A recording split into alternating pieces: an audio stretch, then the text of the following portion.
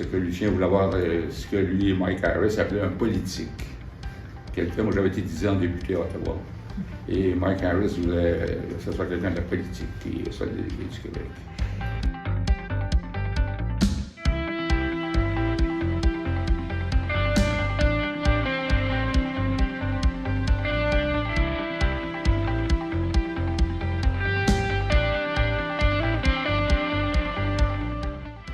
Parce que moi, j'ai étudié avec Lucien. Enfin, j'ai étudié 8 ans en droit, moi je suis en sciences sociales, mais on était quelques gars de sciences sociales, comme Denis de Pelleval, par exemple, qui était ministre dans le gouvernement de M. Lévesque. On fréquentait beaucoup les gens de droit. Là. Alors, il y avait Brian Mulroney, Peter Kilburn, Michael Meehan, Mike Collier, enfin, toute une gang. Là. Et on se connaissait tous très bien. Parce que Lucien voulait avoir ce que lui et Mike Harris appelaient un politique. Quelqu'un, moi j'avais été 10 ans député à Ottawa. Et Mike Harris voulait que ce soit quelqu'un de la politique qui soit délégué du Québec. Moi je suis arrivé là à l'été 1996. Le référendum avait eu lieu à fin octobre 1995.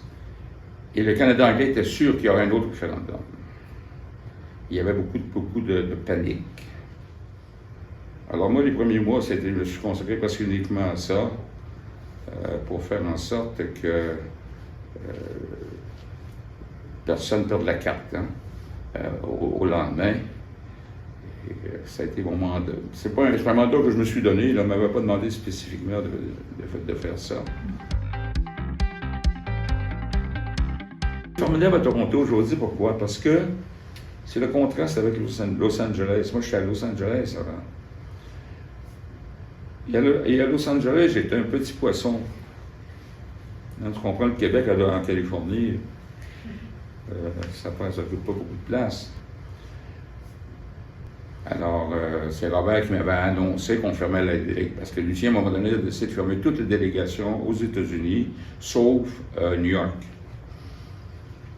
Et j'étais le seul qu'ils ont repêché pour l'envoyer à Toronto. Comment il s'appelle? Émile Turgeon, qui était le président. On appelait ça à ce moment-là l'ACFO, l'Association canadienne-française de l'Ontario. On se rencontrait souvent, évidemment.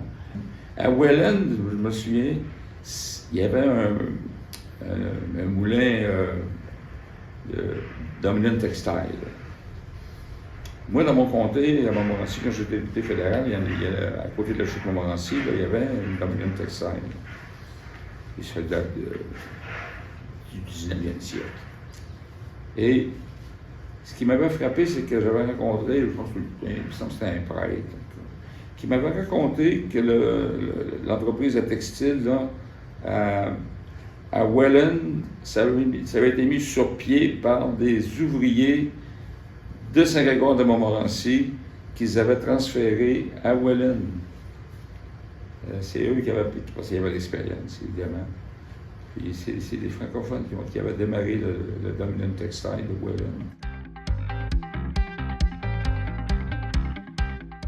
J'étais très ami avec le consul général, à l'époque c'était l'Union européenne, mais l'Union européenne c'était pas 27-28 comme aujourd'hui, je pense qu'il était peut-être 12 ou 15.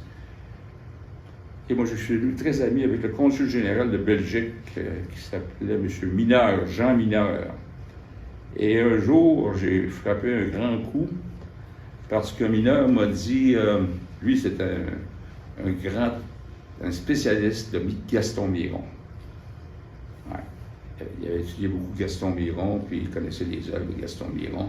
Puis il était très, très sympathique à la cause du Québec. Alors, eux, les consuls généraux des pays de l'Union européenne, ils se réunissaient à tous les mois, à tour de rôle, chez l'un et chez l'autre. Et il m'avait dit, le jour où ce sera chez moi, j'aimerais que tu sois notre conférencier. Alors, j'ai eu la chance de rencontrer tous les consuls généraux des pays de l'Union européenne lors d'un lunch chez Jean Mineur.